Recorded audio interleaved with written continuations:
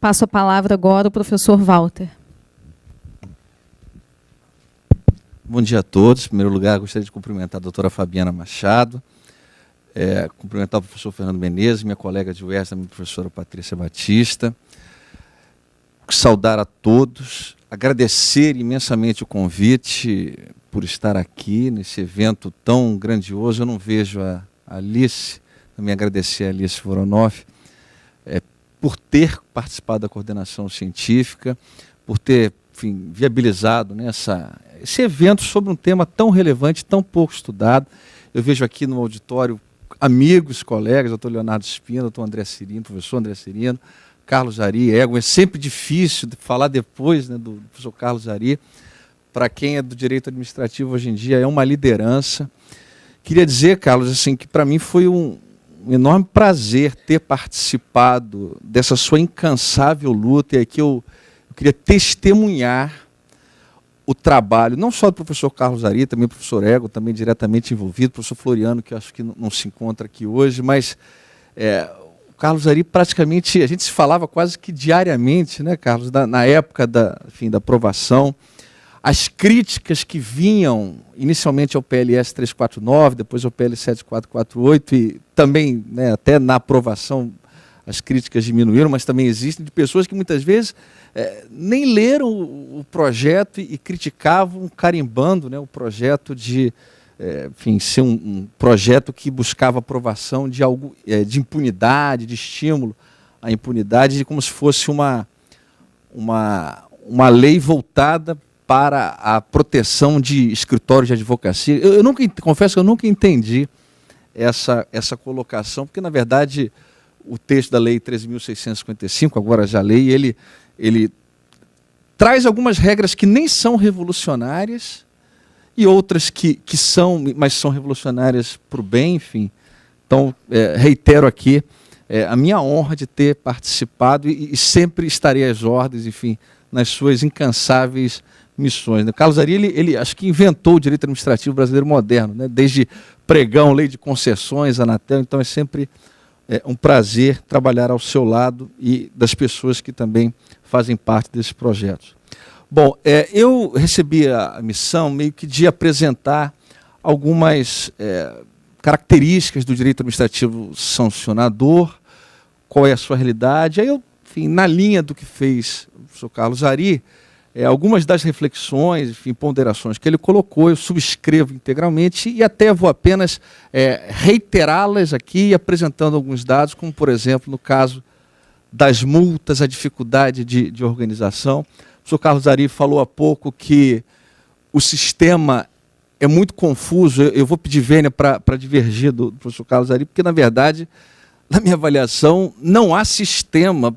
Para ser confuso, deveria existir um sistema. Na verdade, há uma irracionalidade, desorganização, superposição regulatória que é extremamente ineficiente. Ministério Público, Tribunal de Contas, agora Ministério da Fiscalização, Transparência e Controladoria Geral da União, chegou-se a uma situação em que o nome CGU ele era tão simbólico de controle que não puderam tirar, no momento que colocaram no Ministério, esse nome tão expressivo.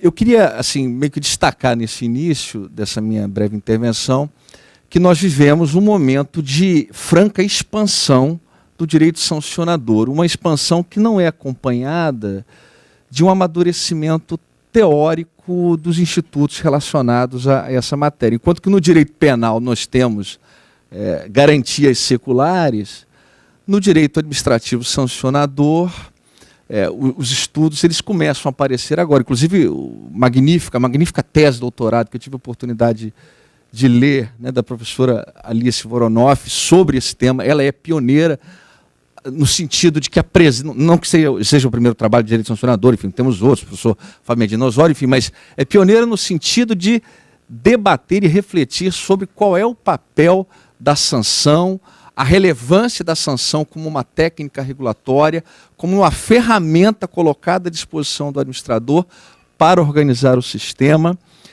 Então, essa nova perspectiva, ela realmente vai fazer com que haja um grande avanço no direito, nesse novo ramo, né, do direito administrativo, direito administrativo sancionador. É curioso lembrar que nós sofremos nessa matéria uma influência muito forte do direito espanhol e do direito alemão. No direito espanhol, essa disciplina é até chamada de direito penal sancionador, quer dizer, demonstrando como há uma afinidade lá na Espanha, com a qual até não concordo, mas uma afinidade muito grande com o direito penal, né, o direito espanhol, liderado pelo professor Alejandro Nieto, que é a grande referência espanhola nessa matéria, no direito sancionador. Ele aposta na unidade punitiva estatal e há um discurso predominante no sentido de que os institutos do direito penal deveriam ser transportados quase que automaticamente para o direito administrativo. Fala-se até de Manuel Tomilho, ele fala, professor da Universidade de Valladolid, fala de uma teoria dos vasos comunicantes, como que se houvesse essa transferência automática de institutos como, por exemplo, a teoria da culpabilidade do direito penal, tentativa, continuidade delitiva, princípio da bagatela, institutos que, muitas vezes, no direito administrativo, eles não são empregados com a mesma extensão. E aqui eu até lembro a questão da teoria das culpabilidades do direito penal, porque como o direito penal ele se preocupa e muito com a pena como forma de castigo, como reprovação pelo comportamento que o ordenamento busca proteger, evitar, na verdade, não há, digamos assim, há uma preocupação com o dolo, com a culpa, enquanto que no direito sancionador,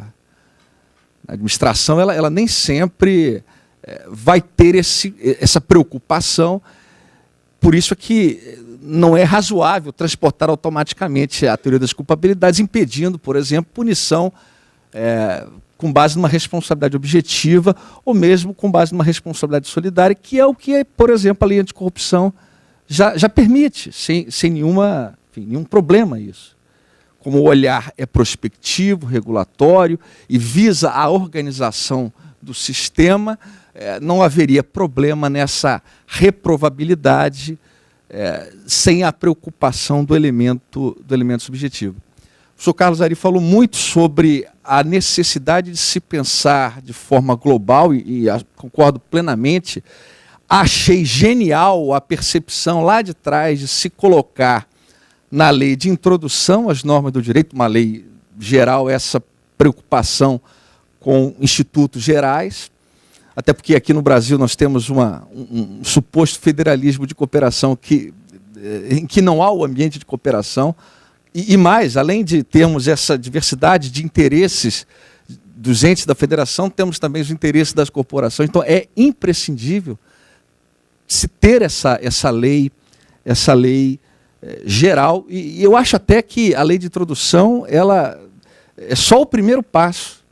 A Alemanha ela tem, desde 1968, a Ordnungswidrigkeitengesetz, que é uma lei de infrações em que são estabelecidos, isso desde 1968, e é uma federação, claro que não igual à nossa, mas princípios gerais, diretrizes, regras, comunicabilidade de instâncias. Parece a coisa mais óbvia do mundo permitir que alguém que já foi punido criminalmente por uma conduta também seja punido na esfera disciplinar pela mesma conduta. Isso para a gente é a coisa mais natural. Mas isso não é natural em todos os ordenamentos jurídicos. E também não é natural aceitarmos que, por exemplo, um município aplique uma sanção por violação ao meio ambiente em razão da prática de uma conduta e que o Estado possa aplicar uma outra sanção pela mesma conduta e também em razão de uma violação ao meio ambiente. Então nós temos algumas perplexidades no nosso ordenamento que não são enfrentadas porque não há essa norma geral. E talvez o desafio seja encontrar um meio termo entre o pensar global da lei geral e o agir localmente através da regulação responsiva, porque a lei geral ela vai nos apresentar um panorama, uma diretriz, e essa diretriz ela talvez não será suficiente para esgotar a matéria que precisa ser objeto de sancionamento, enfim, até de uma regulação. Prefiro até usar a palavra regulação no sentido de que a sanção ela faz parte do processo regulatório, não só de criação de normas, como também fiscalização e, por fim, a etapa da sanção. Então, eu, nesse ponto, concordo integralmente com o professor Carlos Zarin, no sentido de que já passamos da hora de termos uma lei geral mais ampla até do que a atual Lei 13.655. A Inglaterra tem o Regulatory Enforcement Sanctions Act de 2008, a Itália tem a sua lei, a Espanha enfim, não tem as dificuldades que nós temos, porque como se trata de um Estado unitário, fica mais fácil organizar num único plano um modelo sancionador, mas numa federação como a nossa é impensável não termos esse tipo de regra geral, nem que isso exigisse uma mudança do texto constitucional para permitir que a União tivesse competência. Não sei, estou aqui pensando alto, para legislar sobre normas gerais em matéria de direito sancionador, mas alguma solução, criação de um comitê permanente entre os entes da federação que pudesse cuidar desse tema. Ao longo desses 2 últimos anos, eu atuei no Conselho Nacional do Ministério Público, que é um órgão, enfim, que tem um papel disciplinar em relação ao Ministério Público. E lá, eu estou falando isso porque lá eu pude perceber como não há racionalidade alguma no regime disciplinar brasileiro, em especial no caso do Ministério Público. Você encontra, eu tenho até aqui alguns slides, você encontra prazos prescricionais distintos para o mesmo tipo de conduta. Vai depender do estado em que a conduta foi praticada. Você encontra sanções, tem Ministério Público Estadual que pune com suspensão uma determinada conduta, enquanto que aquela mesma conduta em outro Ministério Público é punida com a pena, eventualmente, de demissão. Olha lá.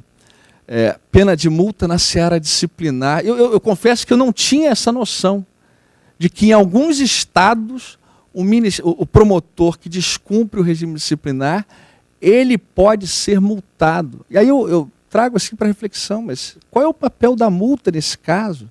Quer dizer que se o membro do Ministério Público tiver uma condição financeira mais favorável, ele pode fazer o que ele quiser, porque ele vai resolver o problema com o pagamento da multa. Eu acho que é digamos assim, uma perda de sentido da multa no regime disciplinar do Ministério Público. Mato Grosso, Alagoas e aqui também o estado do Rio de Janeiro permitindo isso. Em relação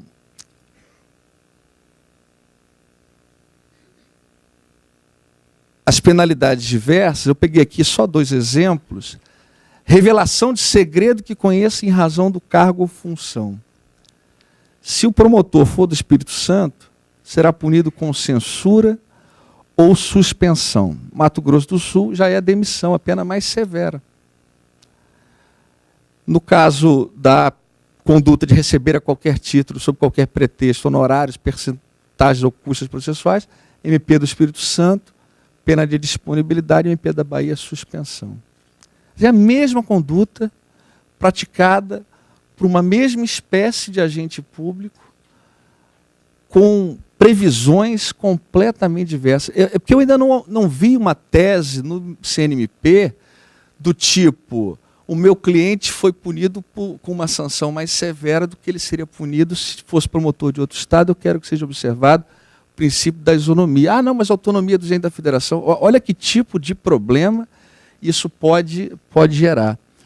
Ainda com relação à questão da multa e racionalidade do sistema, o professor Carlos Zarin falou muito bem sobre as perplexidades que surgem em razão dos valores que são cobrados, né? Até deu o exemplo da Oi. Eu trouxe aqui alguns gráficos sobre como as multas são aplicadas e cobradas no âmbito das agências reguladoras.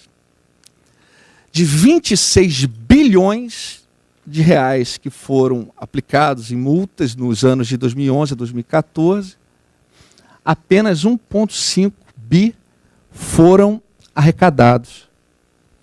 Isso no âmbito federal. Imagino que nos estados e municípios, se duvidar, a realidade ainda é pior. Porque inscrição endividativa todo mundo faz, o problema é a cobrança. SUSEP, 0,13% das multas foram arrecadadas. Se a multa ela tem alguma função no direito administrativo ordenador, e certamente tem, de evitar que o comportamento se repita, ela tem um papel dissuasório, persuasivo, não está cumprindo aqui. Ou então o valor é exagerado. Banco Central, Anatel, CAD, ANAC, NTT. Olhando para esse gráfico, a ANAC está numa situação um pouquinho melhor. Quase 40% das multas foram arrecadadas. E há uma razão para isso. Então, veja como que é importante fazer uma análise comparativa. Essa análise foi feita pelo Tribunal de Contas.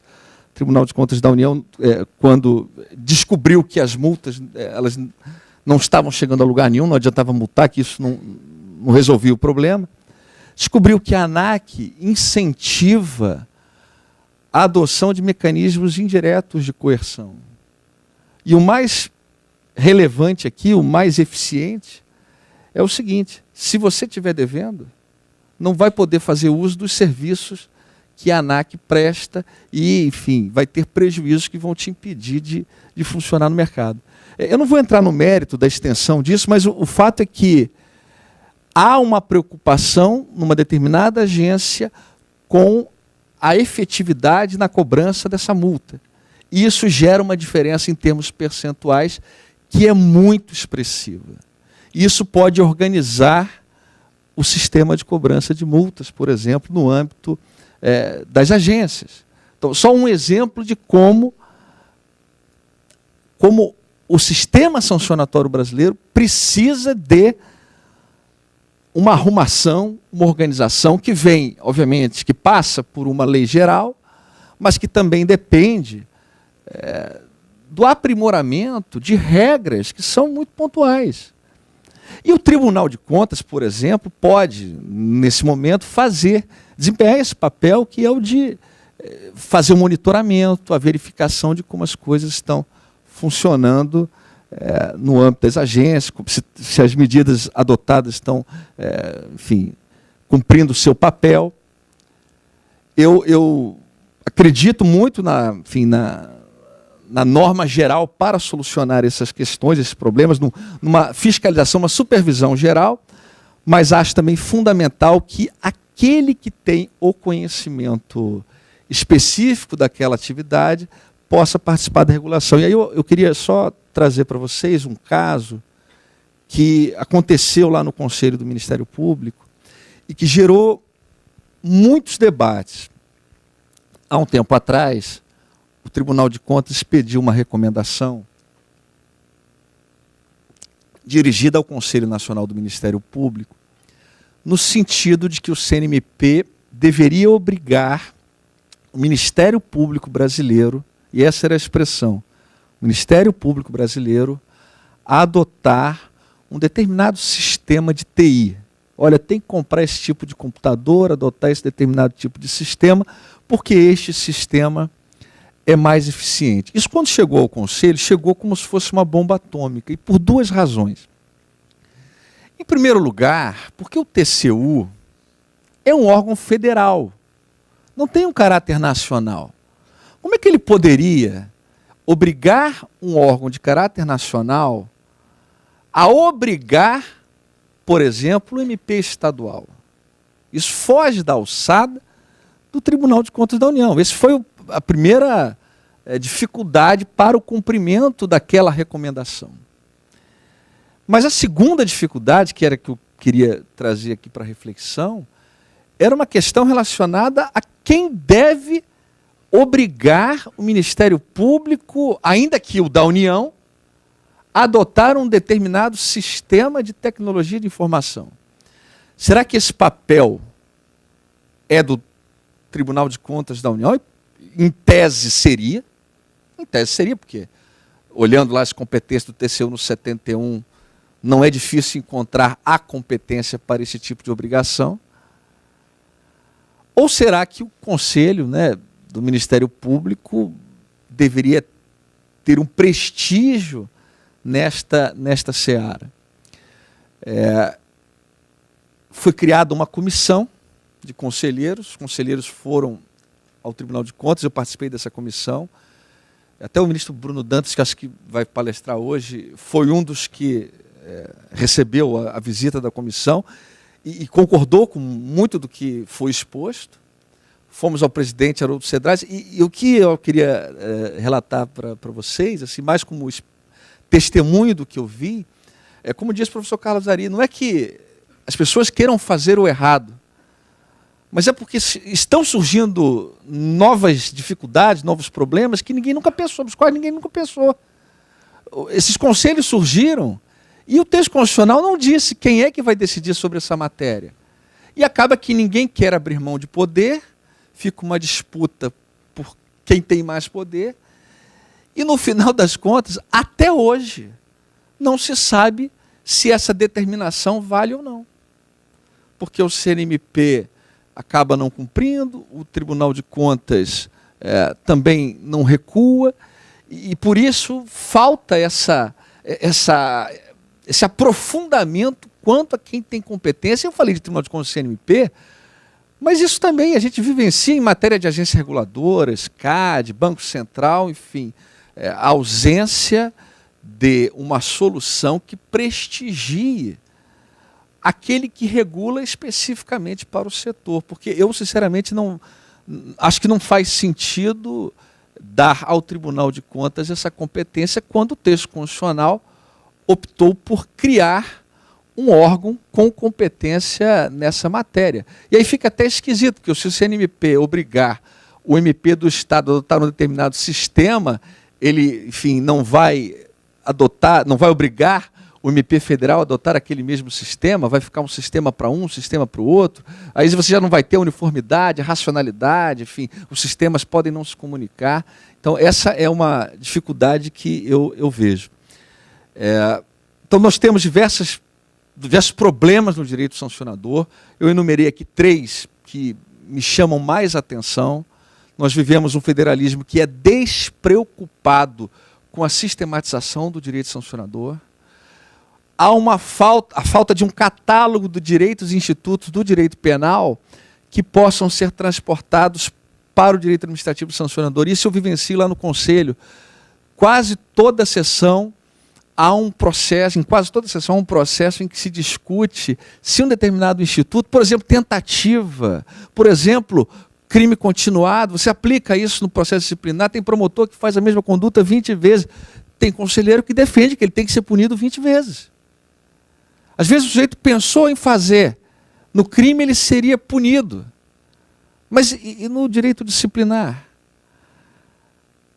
Na doutrina até há uma predominância do entendimento de que só vai transportar para o direito disciplinar se houver previsão expressa e tudo mais, mas a grande verdade é que a ausência de uma regra legal ou de uma interpretação consolidada sobre esses temas geram insegurança jurídica. Por exemplo, a lei anticorrupção tem um artigo que prevê que a consumação ou não da infração será considerada na aplicação da sanção. A lei descreve, no artigo 5º, as condutas que ela busca reprimir, e no outro artigo menciona isso. O que vai ser considerado na sanção? A consumação ou não da infração. Mas espera aí, mas a não consumação da infração é punível? Porque se a lei não tiver previsto a tentativa, e ela não prevê, como é que eu vou trabalhar com essa discussão na fase da dosimetria?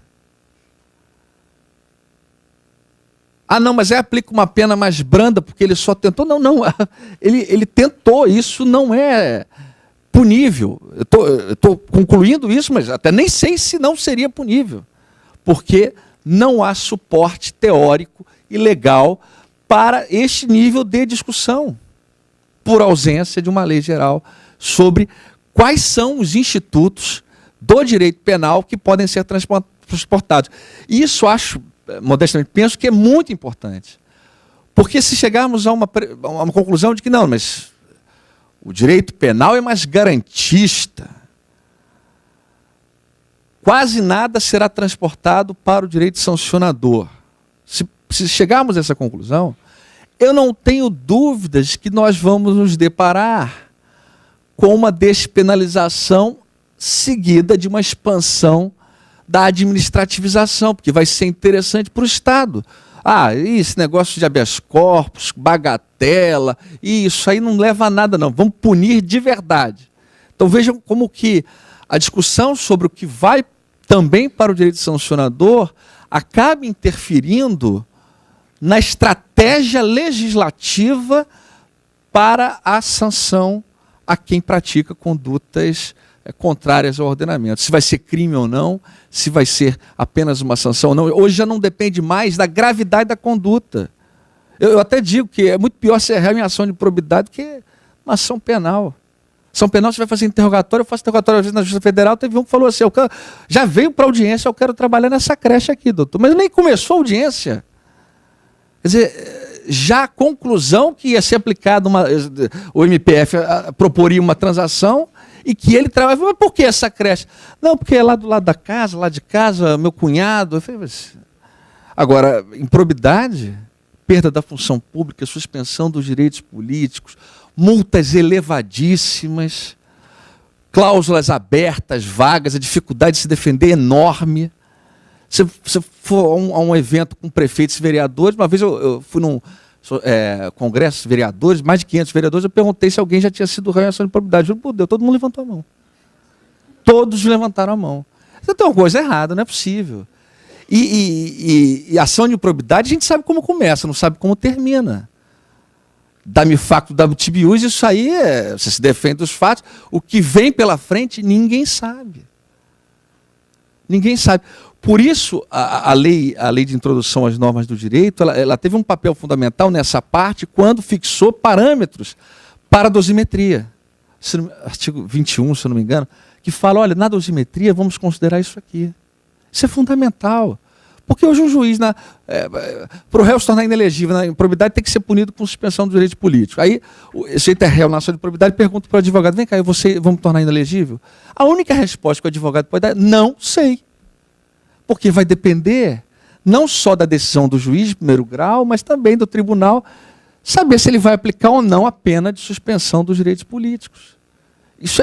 Há muita incerteza, e muito disso relacionado com essa falta de uma descrição de quais institutos passarão para o direito administrativo, e partindo da premissa de que não estamos diante de vasos comunicantes, não estamos diante de um transporte automático de todos os institutos, porque, por exemplo, legalidade estrita do direito penal, não há crime sem lei que o defina, isso está na Constituição para o crime, mas para o direito sancionador não há essa previsão. Então precisamos adaptar, e eu acho que o trabalho árduo da doutrina vai ser exatamente o de fazer essa aferição precisa do que vai, de como vai para o direito sancionador. E aí a última dificuldade que eu apontei aqui é a questão dúvidas sobre os limites de atuação do administrador, legalidade estrita ou ampla. Eu não sei como é que eu estou de tempo, acho que já está...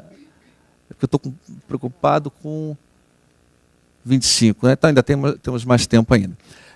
Uma questão que eu queria abordar em relação a esse tópico específico é quanto a um problema que está aparecendo de forma recorrente no Conselho, na parte disciplinar, que é o problema das manifestações dos membros do Ministério Público nas redes sociais.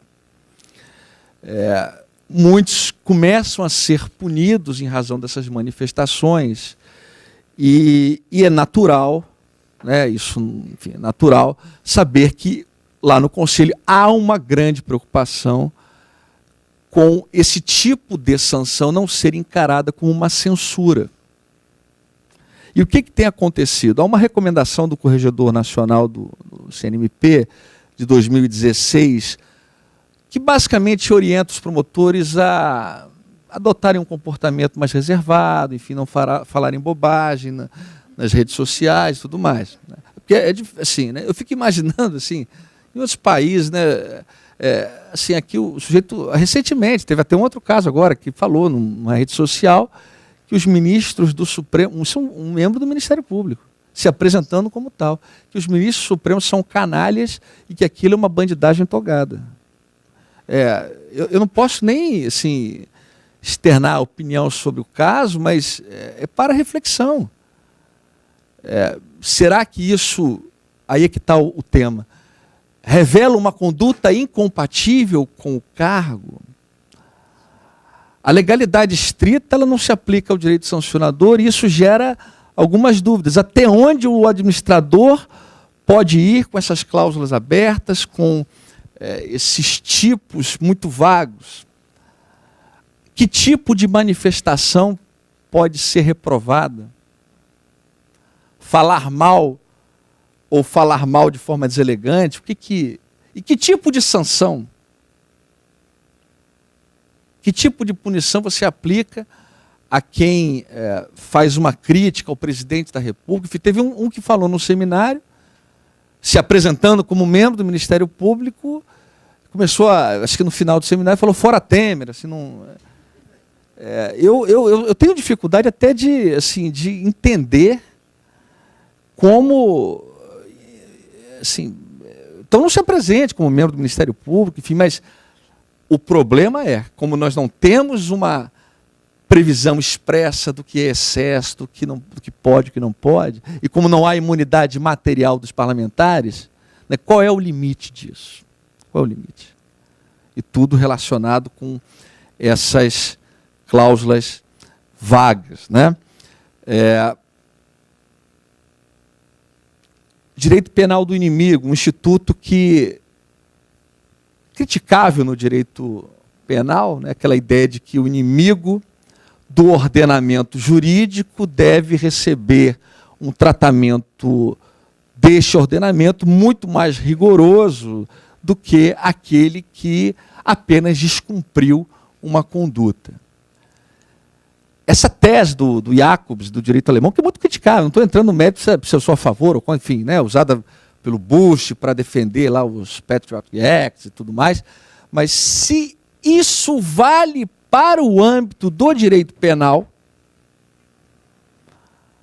o miliciano que seria o destinatário desse tipo de teoria, se vier assim, enfim, né, também descumpre normas administrativas com a mesma extensão. Serviços públicos, enfim. Então, há muito que pode ser utilizado do direito penal e que nunca se discutiu sobre isso. Se vamos defender um regime mais rigoroso, com menos garantias para o réu no penal, esse réu também é réu no processo, no processo administrativo que foi objeto de uma fiscalização pela administração.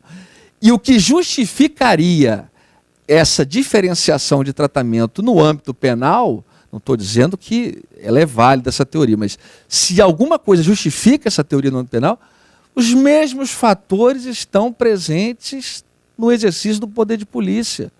As mesmas dificuldades vão aparecer, a dificuldade de fiscalizar. O fiscal não vai em determinados locais. Ele não consegue punir, porque ele não consegue ir por razões de segurança. Então, talvez, né, se pensar numa nova dogmática também para essas situações extremas do direito sancionador também. O professor Carlos Ari, ele falou sobre algumas medidas de aprimoramento, até porque hoje é sexta-feira, não adianta a gente falar só, né, de desorganização do direito sancionador, mas eu pensando sobre o que poderia ser uma medida benéfica para o aprimoramento do direito sancionador, eu separei 4 medidas, muitas delas o professor Carlos comentou, que não são as únicas, obviamente, mas me parecem aquelas mais evidentes. Prestígio à especialidade em detrimento da generalidade. E aqui, né, o pensar globalmente, criando normas gerais, mas sem desprezar o papel do especialista na matéria, a entidade, e muitas vezes até esse especialista é o próprio destinatário do comando no ambiente de autorregulação, né? Quem IATA, enfim, né, Bolsa de Valores, CBF, são os próprios a criarem as regras e as próprias sanções. Então, acho que isso não pode ser desconsiderado, como naquele exemplo que eu mencionei do Tribunal de Contas da União e do CNMP. Uma outra medida que, infelizmente, a gente não vê muito no Brasil, mas em alguns órgãos isso existe, que é o estímulo à colegialidade e à participação popular nos órgãos de controle. Eu vejo lá nos conselhos isso funciona. No CNMP, por exemplo, quando eu entrei, o CNMP ele é composto por 14 membros, sendo que 8 são do Ministério Público. Então, quando eu entrei, eu achei assim, não, já sei que eu vou ficar sempre na posição vencida com os 6, né? 6, sempre o placar vai ser sempre 8-6. Os que são do MP, os que não são do MP. A partir do momento que eu passei a trabalhar lá no Conselho, eu verifiquei que não era nada daquilo, que, aliás, os 8 nunca votam juntos, porque eles brigam entre si mais do que nós com eles. O Ministério Público tem essas vicissitudes, né? Você tem briga do MP da União com o MP estadual. Então, acaba que essa participação no órgão de decisão de quem não faz parte daquela corporação enriquece, torna a decisão imparcial e talvez proporcione soluções que quem está naquele sistema nunca imaginou. Eu acho que isso é um estímulo que pode aprimorar e, obviamente, legitimar o poder sancionador de que dispõe o Estado e os próprios particulares na autorregulação. Incentivo à transação, o professor Carlos Ari comentou isso bastante, né? Esse empoderamento do destinatário da sanção é fundamental.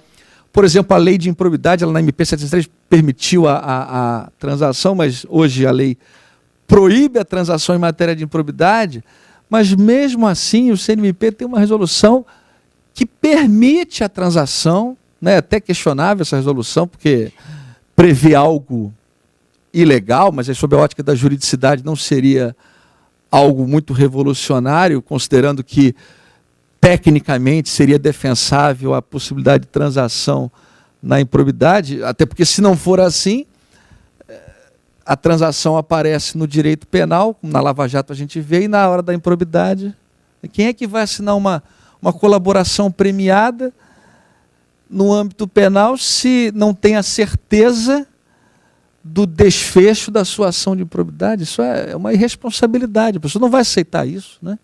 Então, acho que esse alinhamento, estimulando a transação, esse empoderamento, enfim, adequado também com compliance.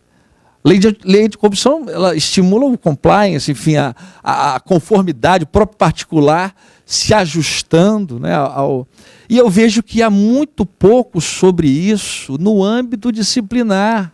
Eu fui fazer uma pesquisa, até porque terça-feira agora haverá uma sessão do Conselho, e eu vou propor, não sei o que isso vai dar, mas propor uma resolução de TAC no âmbito disciplinar do Ministério Público de colaboração premiada, para que o promotor ou servidor do MP que tenha praticado uma infração, ele possa, confessando e recompondo o prejuízo, possa ter alguma medida punitiva, mas através desse acordo, né, da política do tit for tat, quer dizer, para você contar com a cooperação do Estado, mas também para que ele possa indicar eventuais, enfim, infratores e tudo mais.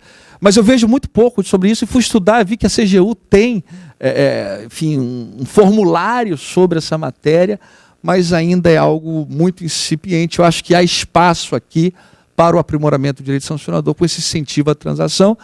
E, por fim, para já caminhar para o encerramento da minha intervenção, preocupação maior com a função regulatória do direito administrativo sancionador. O direito sancionador, diversamente do que acontece com o direito penal, ele tem um olhar mais prospectivo, forward-looking, muito mais preocupado com a organização de atividades econômicas, com incentivos a determinadas atividades. Então você poderia ter sanções premiais, que no Brasil são raros os exemplos, e isso ainda não, enfim, não é o que nós vemos, porque ainda se aposta na ideia de que a sanção é um mero castigo, uma punição, pelo fato de o sujeito ter praticado uma conduta indesejável. Então, eu acho que esse seminário hoje ele é muito importante, ele está na ordem do dia, exatamente porque o direito sancionador, ainda se encontra numa fase muito incipiente. Há pouca literatura no Brasil, muito do que nós temos aqui, né, o trabalho da professora Alice é um trabalho exemplar, né, enfim, mas muita coisa vem da Alemanha, ou então até mesmo da Espanha. E da Alemanha é engraçado porque todos os alemães que escrevem sobre esse tema, o Bonner, o Achenbach é professor de direito penal que foi assistente do Roxin, quer dizer, escrevendo sobre direito sancionador.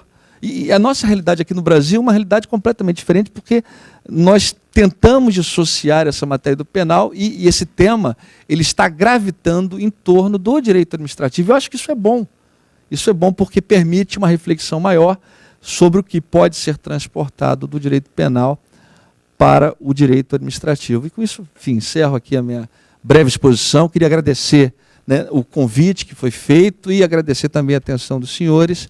E quero agora ouvir, né, o professor Fernando, enfim, o que vier pela frente. Muito obrigado.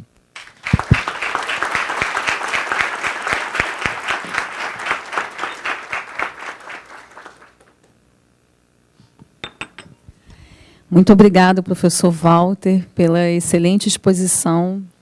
É sempre muito importante essa casa ouvir estudiosos e participantes também do tema. Eu passo a palavra agora ao professor Fernando Menezes, professor titular da Faculdade de Direito da Universidade de São Paulo, diretor administrativo da Fundação de Amparo à Pesquisa do Estado de São Paulo, a FAPESP. Muito obrigada, professor, pela sua presença. Muito obrigado, doutora Fabiana. Meus cumprimentos ao professor Walter pela brilhante exposição, querida amiga professora Patrícia. Agradeço a organização do evento, especialmente a Alice por esse convite. É uma grande satisfação poder voltar a tratar desse tema, tendo tido a oportunidade de dialogar com você sobre a sua tese, agora o seu livro, que é realmente um divisor de águas aqui no Brasil em termos de um tratamento da matéria que traz uma nova visão, que eu diria, conta plenamente com a minha adesão, uma nova visão que permitirá um caminho promissor no tratamento do direito administrativo sancionador aqui entre nós.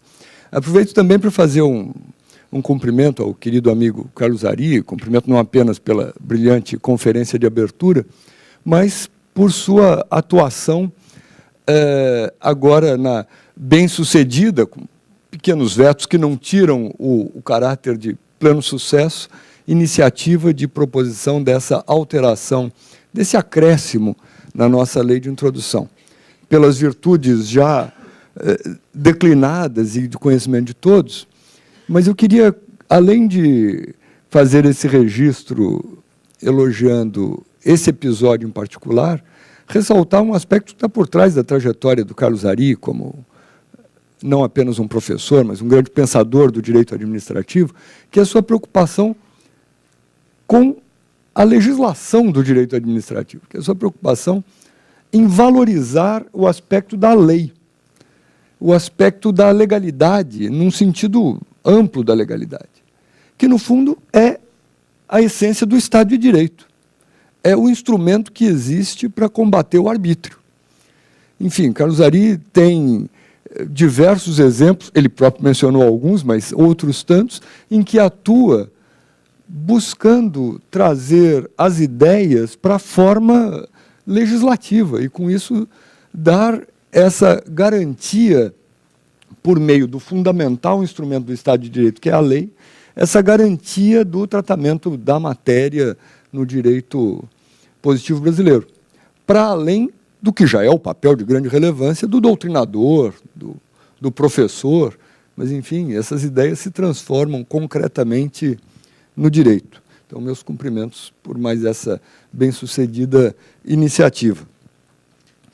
Eu gostaria de, nessa minha fala, fazer uma referência à obra da professora Alice, O livro hoje mesmo será lançado, mas já tive também a felicidade de ter contato com o seu conteúdo e extrair de um tema que eu diria que é principal no livro, sem querer dar spoiler nem na palestra dela, enfim, que certamente tratará muito melhor das suas próprias ideias do que eu poderia fazer, nem no próprio livro, mas tirar algum elemento que me parece mais relevante e desenvolver alguns comentários sobre isso. O elemento mais relevante, no sentido de que é o elemento central da tese que ela sustenta.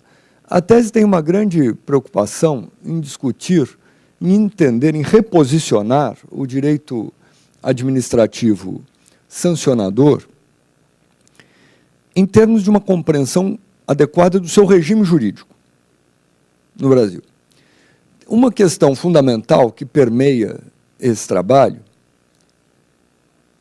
é a dificuldade de separação do administrativo e do penal e a dificuldade de separação dessa discussão quanto a certos dogmas em torno de um regime jurídico administrativo. A própria professora Alice levanta o seguinte problema em termos de um raciocínio circular que comumente se apresenta no nosso direito. Palavras dela criticando o raciocínio circular, né? Não é ela que está sustentando essa ideia. Disse que a sanção é administrativa porque o legislador definiu seu regime jurídico como de direito administrativo. E porque o regime jurídico é de direito administrativo, disse que a sanção é administrativa. Por óbvio, um raciocínio circular. Mas o que define esse regime jurídico?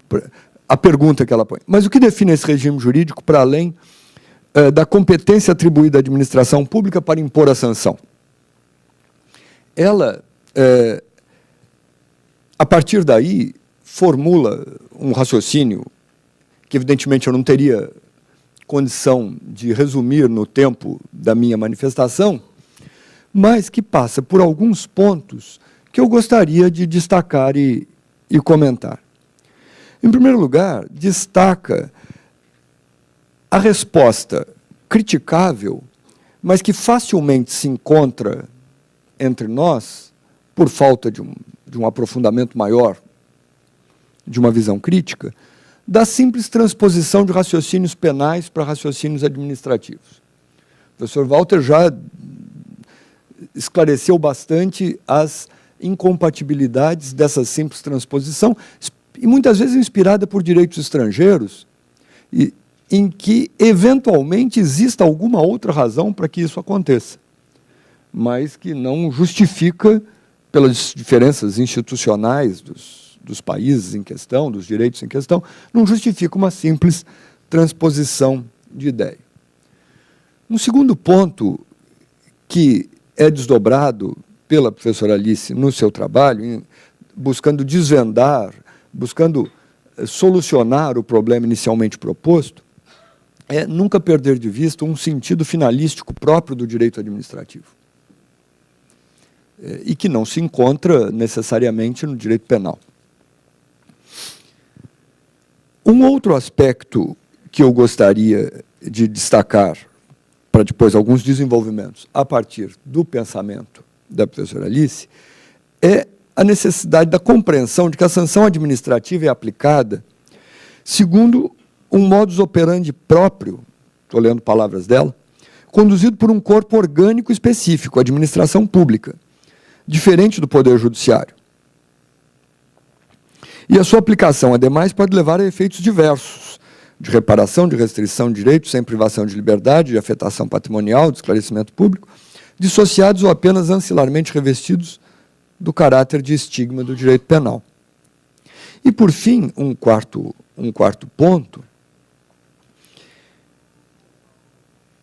e que tem a ver com o tema específico do painel do regime jurídico, é, de novo, palavras dela.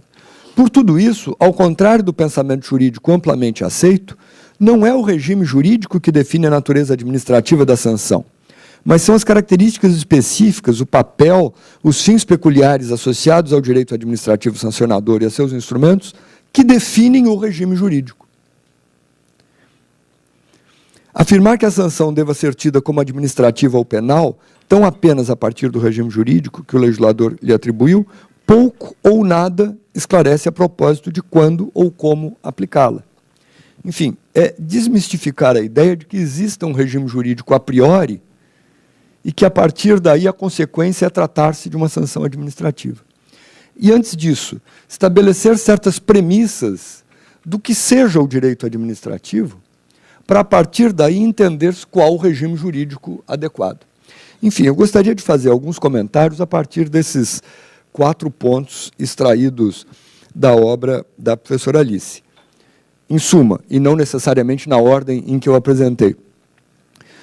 Um sentido finalístico para o direito administrativo, a modelagem institucional dos poderes que aplicam esse direito administrativo, a busca de uma diferença entre o que é penal e o que é administrativo, e o questionamento de se existe um regime jurídico administrativo para o direito sancionador no Brasil.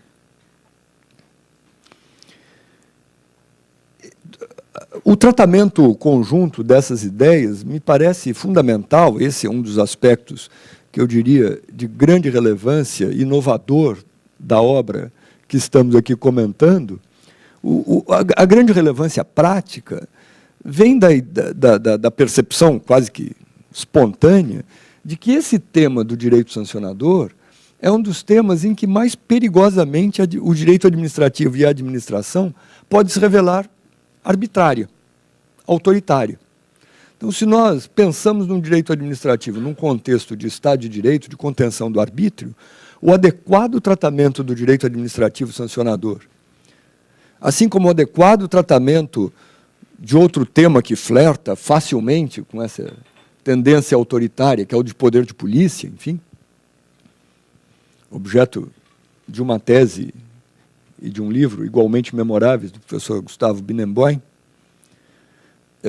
são justamente preocupações centrais de quem tem em mente evitar que o direito administrativo seja um direito administrativo autoritário e que a administração pública seja uma administração pública autoritária. Mas, enfim, vamos lá, percorrendo rapidamente essas 4 ideias.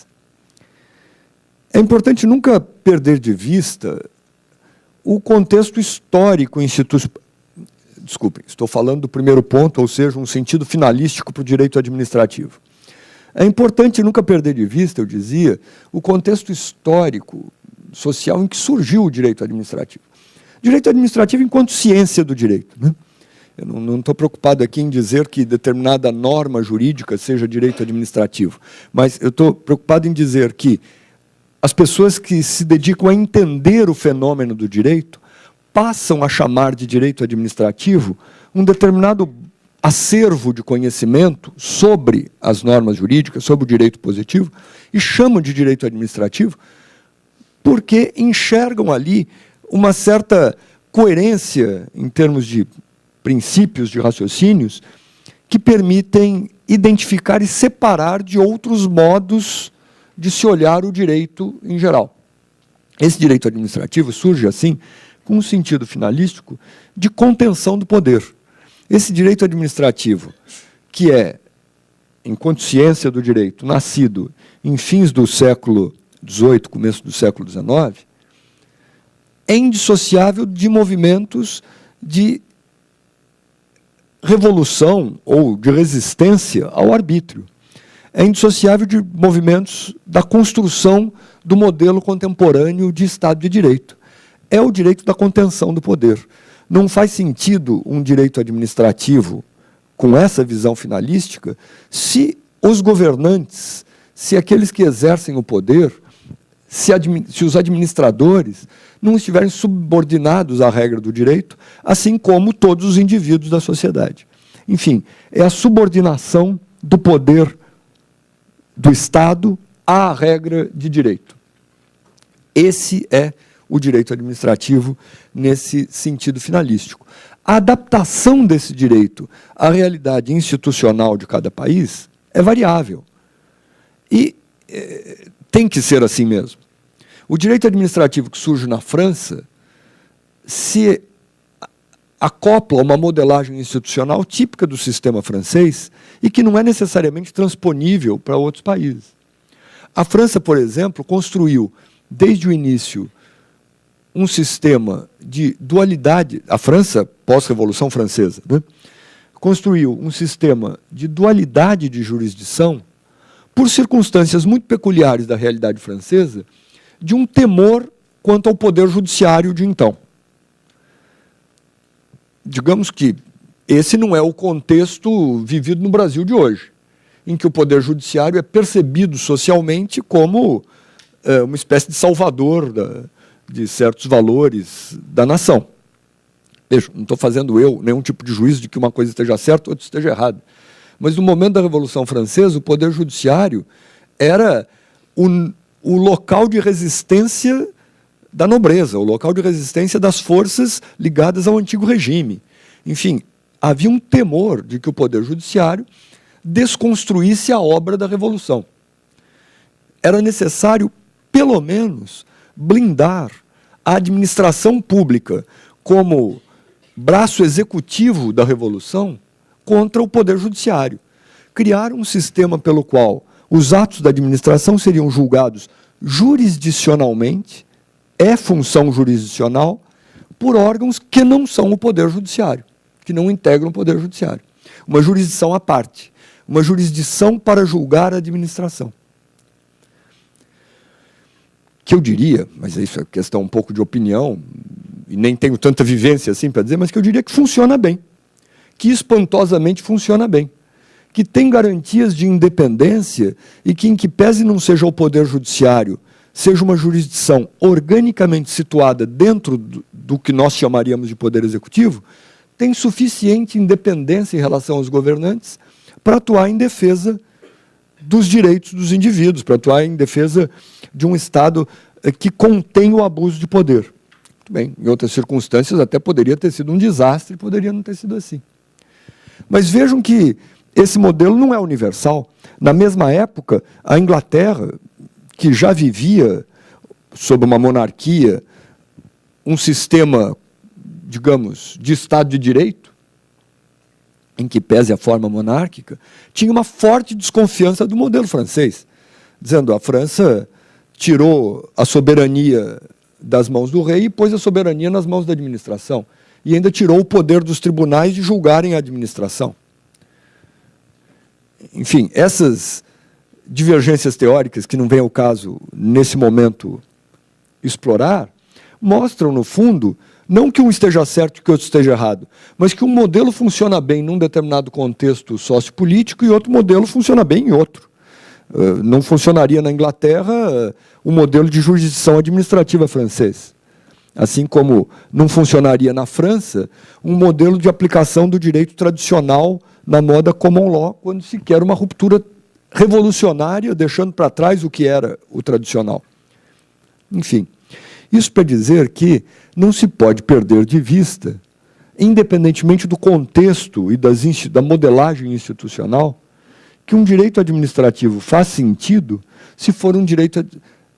Só faz sentido se for um direito administrativo de contenção do abuso e dos excessos do poder dos agentes governamentais. Encadeando com essa primeira ideia, um segundo ponto que eu queria desenvolver, a partir daquelas referências que eu fiz ao trabalho da professora Alice, é justamente o da modelagem institucional dos poderes. O Brasil, quando se fez independente, adotou, ao tempo do Império, tipicamente um modelo francês. E trouxe para cá a dualidade de jurisdição, a jurisdição administrativa, inclusive um órgão chamado Conselho de Estado, como na França o Conselho de Estado é a cúpula dessa jurisdição administrativa. É verdade que ao longo do Império no Brasil nunca se chegou ao amadurecimento pleno da independência dessa jurisdição administrativa. Na França isso também foi progressivo, mas no Brasil o imperador sempre guardou a palavra final em matéria de jurisdição administrativa, ainda que exercesse com bastante moderação, mas não se chegou ao ponto de uma plena independência dessa jurisdição, porque, na verdade, com a República aboliu-se o modelo. E a República adotou um modelo tipicamente norte-americano de estruturação de poderes, especialmente do Poder Judiciário. Bom, isso também vale para outros aspectos da organização do Estado, forma federativa, presidencialismo, mas que nos interessa, no que nos interessa mais de perto, aboliu-se a dualidade de jurisdição concentrada no Poder Judiciário, um Poder Judiciário, inclusive, com competência para fazer controle de constitucionalidade e um controle difuso de constitucionalidade. Digamos que a República, desde o início, valorizou o Poder Judiciário como órgão de controle jurisdicional e com um forte poder de controle, não apenas sobre a administração, mas sobre o legislador, o controle de constitucionalidade. Difuso, bom, e todos sabem, progressivamente vem se tornando um controle com instrumentos concentrados ao lado da base difusa, coisa que é estranha, eu diria completamente estranha ao modelo francês.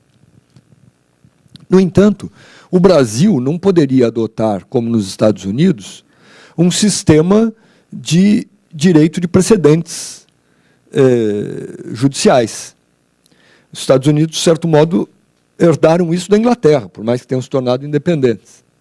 Mas direito de tradição jurisprudencial implica necessariamente tradição, implica necessariamente história, tempo de vivência.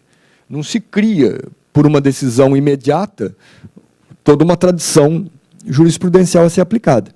Então, o Brasil passou a conviver com um modelo de reforço do judiciário à moda norte-americana, mas pretendendo que houvesse um tratamento legislativo do direito. Coisa que aconteceu em matéria do direito privado, rapidamente, mas que demorou muito a acontecer em matéria de direito administrativo. O século XX no Brasil teve uma grande lacuna de legislação administrativa. E era um misto de aplicação judicial de um direito, no mais das vezes, enunciado doutrinariamente. O que leva a certos riscos demasiados. A doutrina, com boa intenção, naturalmente, introduz afirmações, ideias, importa ideias de outros contextos, não necessariamente adaptadas às instituições brasileiras. E isso leva a uma cristalização conservadora, digamos assim, dogmática de certas ideias. Uma dessas ideias, que eu diria bastante impactante no direito brasileiro, é a ideia de que o direito administrativo é caracterizado por um regime de prerrogativas da administração. Um regime que se diz regime de direito público, regime de direito administrativo. Ideia essa que vem tipicamente do direito francês. Só que ideia essa que no direito francês é institucionalmente mitigada pelo trabalho da jurisdição administrativa. E que aqui no Brasil não encontrou essa institucionalidade. Justamente porque o que eu estou a dizer é que, no Brasil, encontrou um poder judiciário com plenos poderes, não parametrado pela aplicação de precedentes, e vejam que a construção de um direito de precedentes é uma construção que envolve necessariamente prudência, vivência, percepção do caso concreto, e não aplicação abstrata de princípios, de ideias vagas, para com isso julgar o caso concreto. Um dos elementos que a lei de introdução pretende mitigar a partir de agora. Pois bem, trouxemos para cá um dogma tipicamente francês, desconectado das instituições que têm a aptidão de dar um caráter razoável para essa ideia. Porque o direito administrativo francês, com base na jurisdição administrativa francesa, é um direito de construção em cima do caso concreto. É um direito que vai sendo moldado na razoabilidade da realidade vivida pela administração e pelos indivíduos. Não é um direito que vem de ideias abstratas impostas sobre a realidade.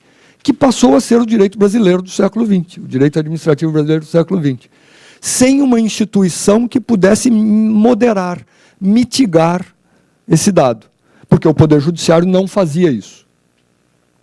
Não fazia isso.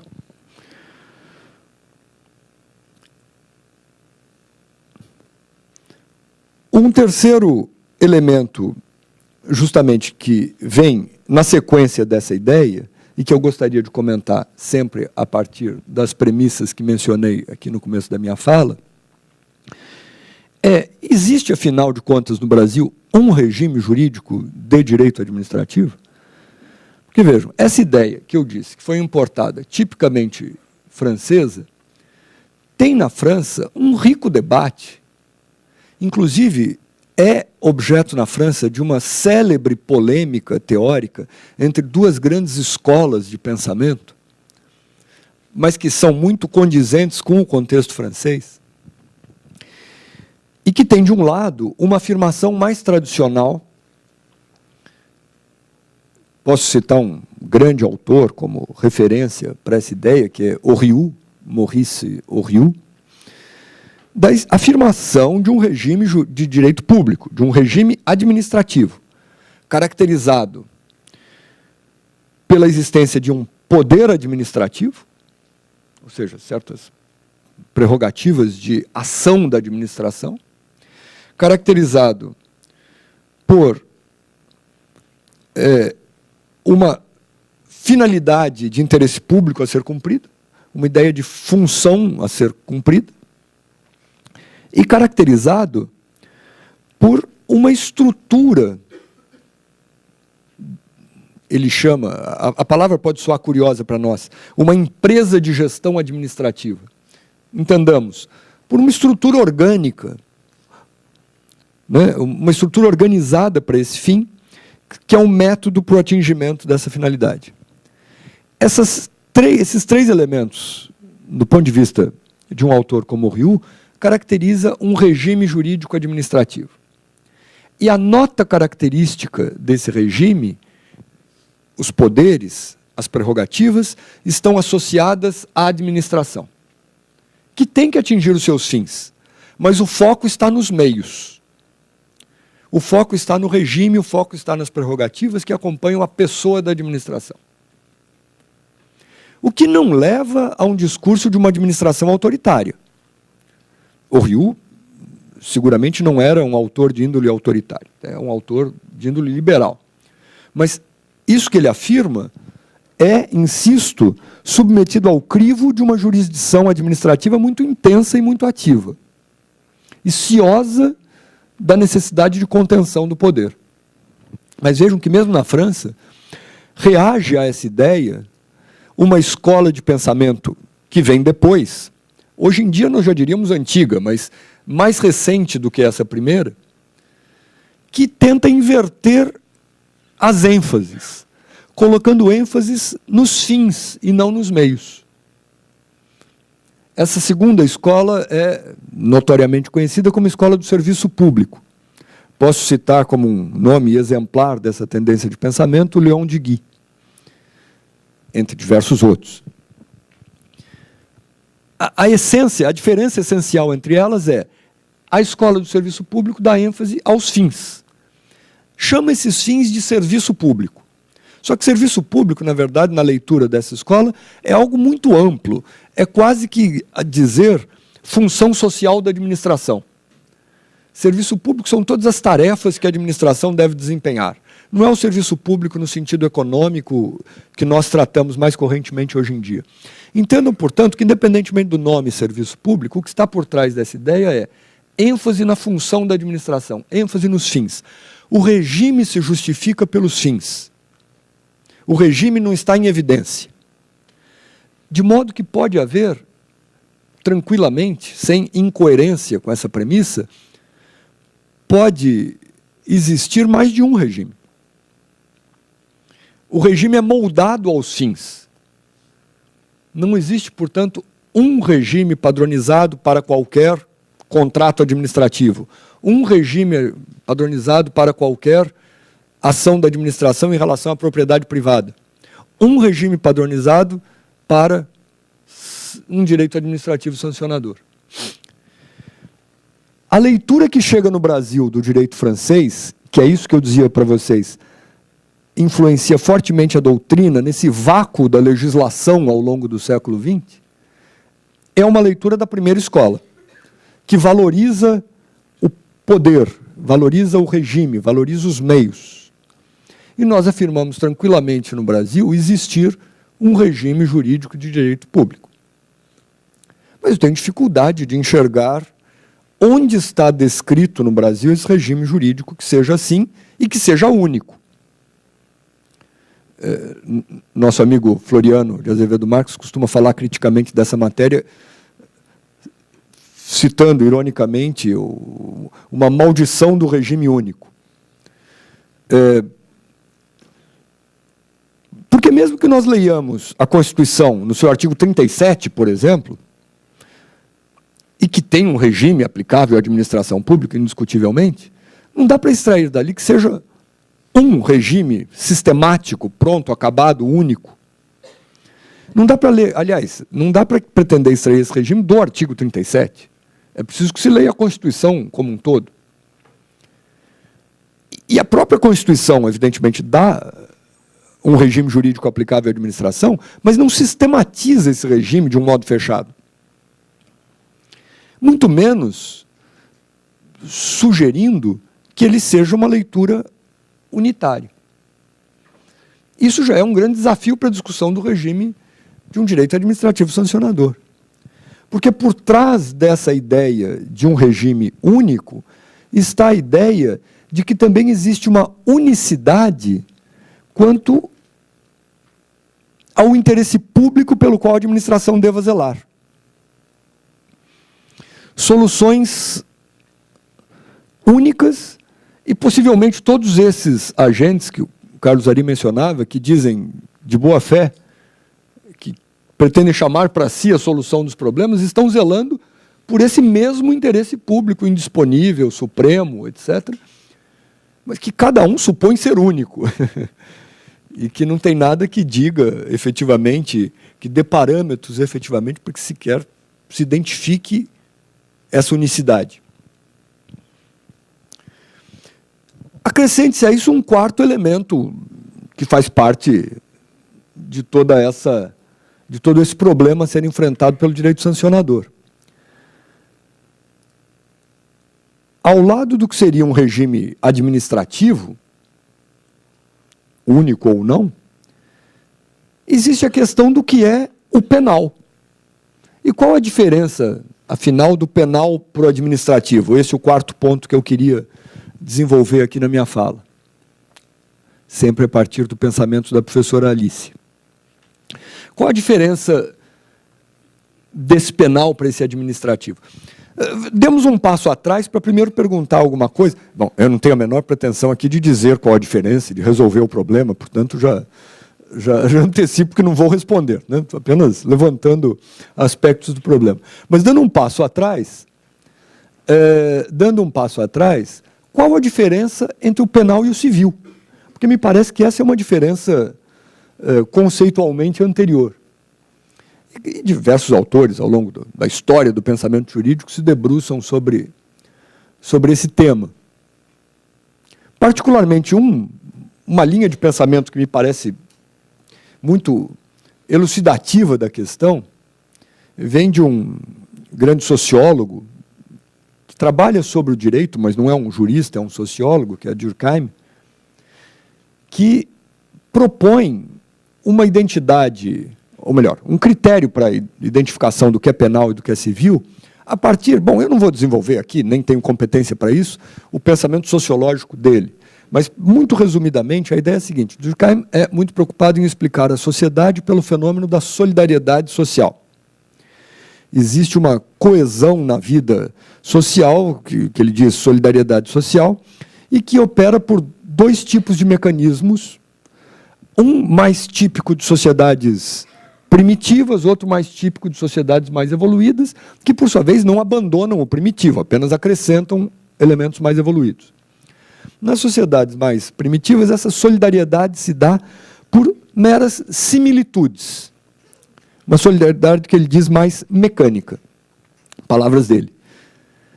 Sociedades mais simples em que os valores que mantêm a sociedade coesa são muito básicos, são muito singelos e, ao mesmo tempo, por isso mesmo, são muito essenciais.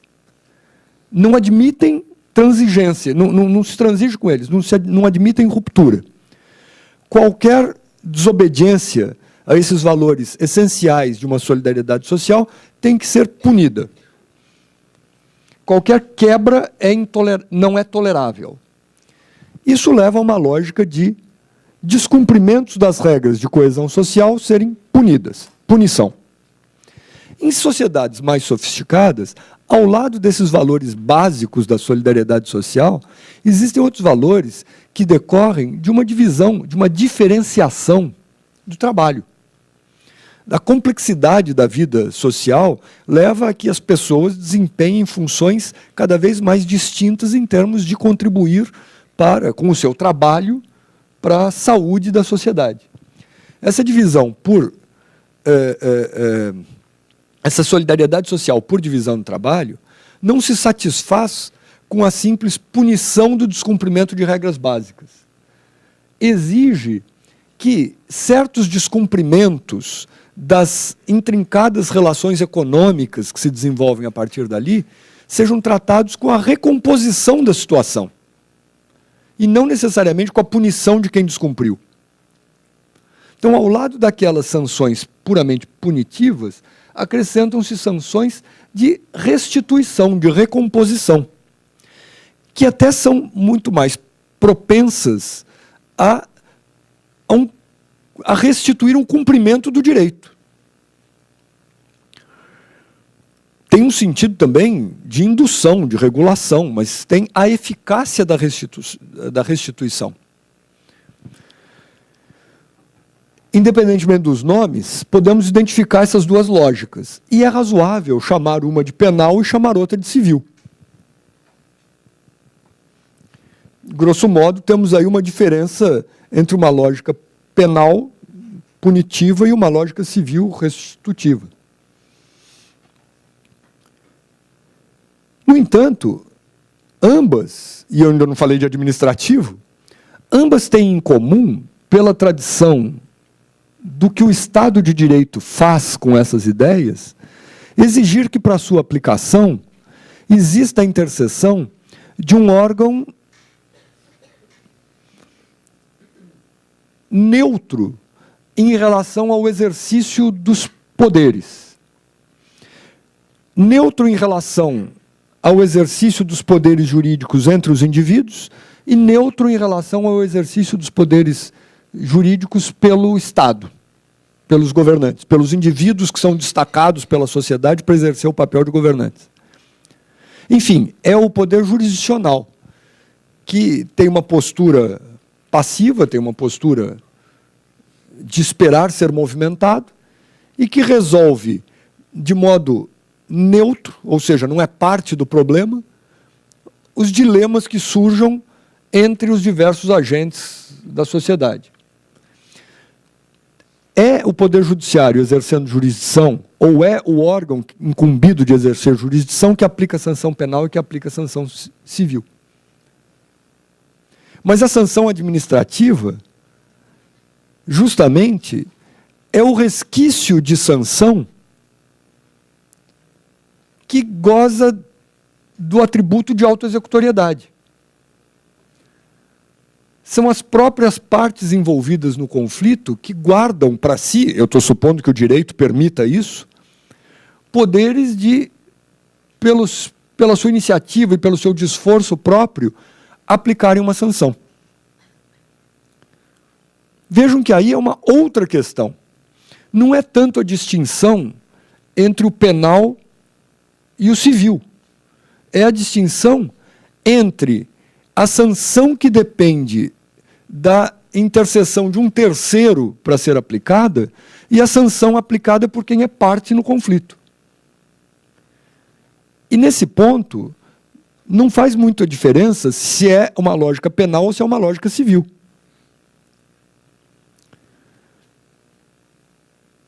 que o direito permita que a administração autoexecutoriamente aplique sanções, isso me parece razoável em termos do bom funcionamento dos mecanismos estatais. Que tudo tenha que esperar a participação do Poder Judiciário não me parece factível enquanto modelo de operação de uma sociedade. Mas que tudo esteja sujeito à última palavra do Poder Judiciário como a garantia final do Estado de Direito, me parece bastante saudável, mas para aquilo que não houver solução antes. Nesse sentido,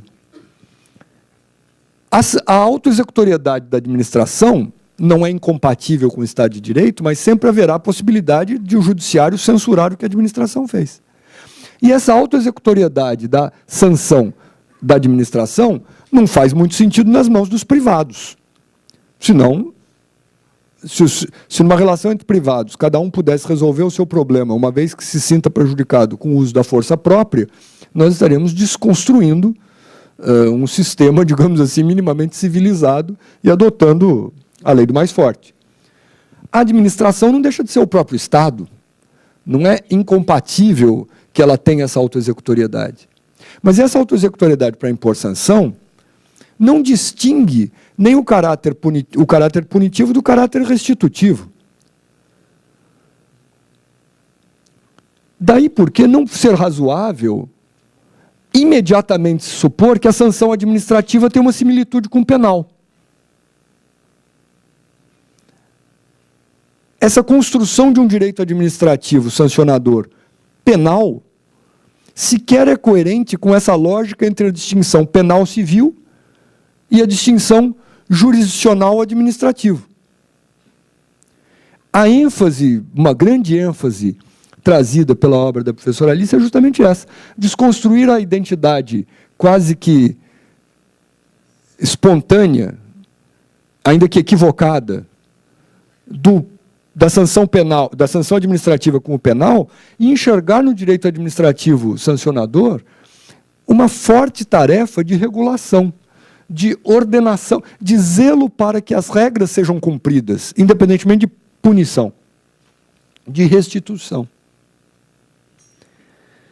Enfim, essa perspectiva de distinguir penal do civil, mas antes, eu não diria antes, depois até, mas principalmente era o que eu queria dizer, distinguir o jurisdicional do não jurisdicional é muito importante para um adequado reposicionamento teórico do direito administrativo sancionador. E nos faz ver o perigo de uma tendência recente que nós temos vivido de, em nome de uma suposta eficiência, em nome de um suposto combate à impunidade, transferir-se da esfera penal para a esfera administrativa uma série de sanções. Nós estamos vivendo uma certa administrativização do direito penal. O que, obviamente, é perigoso em termos de Estado de Direito. A aparente similitude entre o penal, a sanção penal e a sanção administrativa é ilusória. A diferença fundamental é entre o jurisdicional e o não jurisdicional. Essa migração de sanções do penal para o administrativo, sob o argumento que deve ser desconstruído da similitude, põe em risco a garantia jurisdicional. Ou exacerba um caráter potencialmente autoritário da ação administrativa. Enfim, no tempo originalmente pensado, eram essas as reflexões que eu gostaria de compartilhar com todos nessa manhã, mais uma vez agradecendo a organização do evento pela gentileza desse convite. Muito obrigado.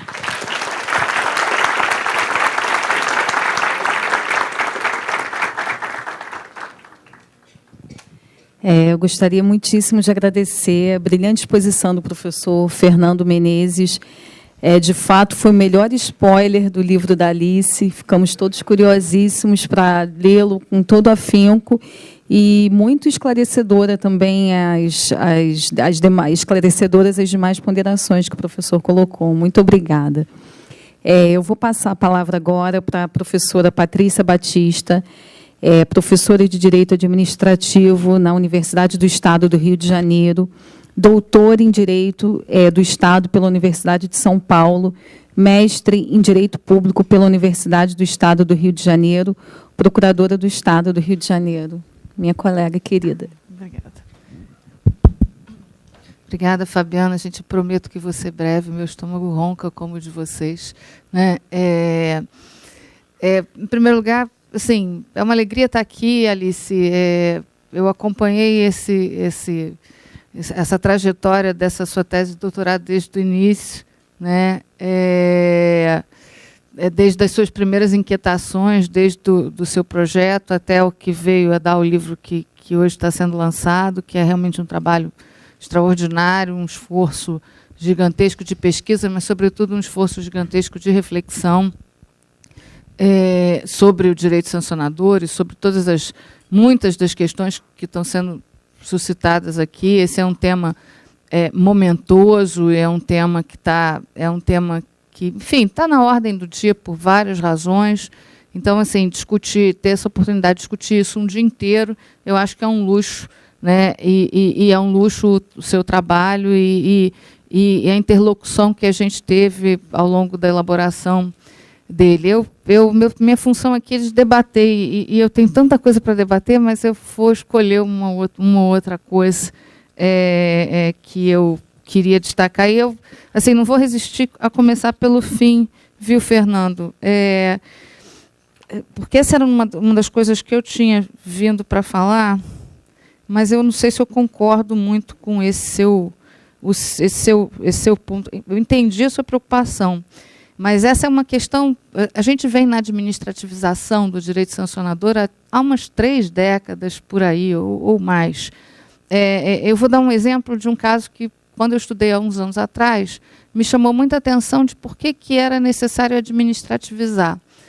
Tem o parágrafo único do artigo 174 da Constituição, diz que a lei punirá o abuso do poder econômico. Agora me escapou a redação. A lei punirá o abuso do poder econômico que vise a dominação de mercados e ao aumento arbitrário dos lucros.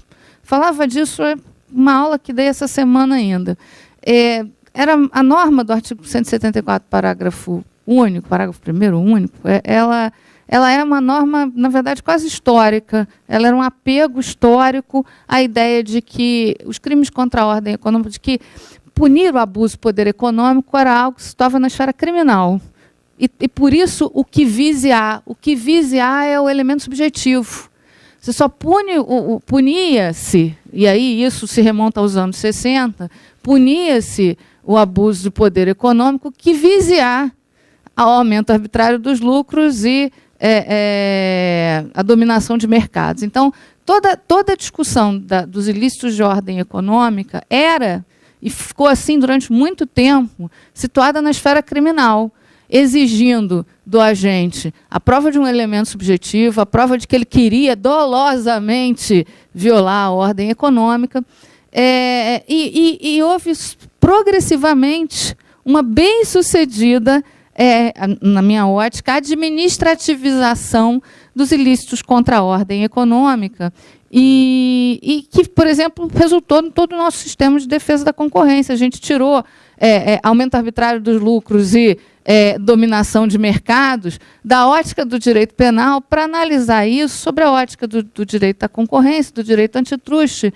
e desapegou. E essa foi uma discussão intensa dos anos 90 até, porque, na medida em que a Lei 8884, e sucedida pela Lei 12.000 e qualquer coisa cujo número eu não guardo, objetivou os ilícitos concorrenciais, ela desapegou os ilícitos concorrenciais da necessidade de eu provar que o agente era um mal, que o agente público era um mal, ele estava querendo provocar, ele era um sujeito que ficava maquinando produzir efeitos danosos na ordem econômica, e eu simplesmente passei a punir essas condutas pelos resultados que elas produziam, objetivando os ilícitos, administrativando todo o sistema sancionatório. Então, assim, eu nessa ideia de que não sei, sinceramente, não sei se partilho da sua... Entendo as suas preocupações, mas não sei se partilho da ideia de que administrativizar as sanções seja universalmente ruim. Acho que não. Acho que houve um caminho, e é um caminho em curso ainda de administrativização, que especializa os sistemas punitivos. Imagina deixar o direito da concorrência na mão do judiciário. Aliás, tudo que a gente tem, não é pessoal não, viu? Tudo que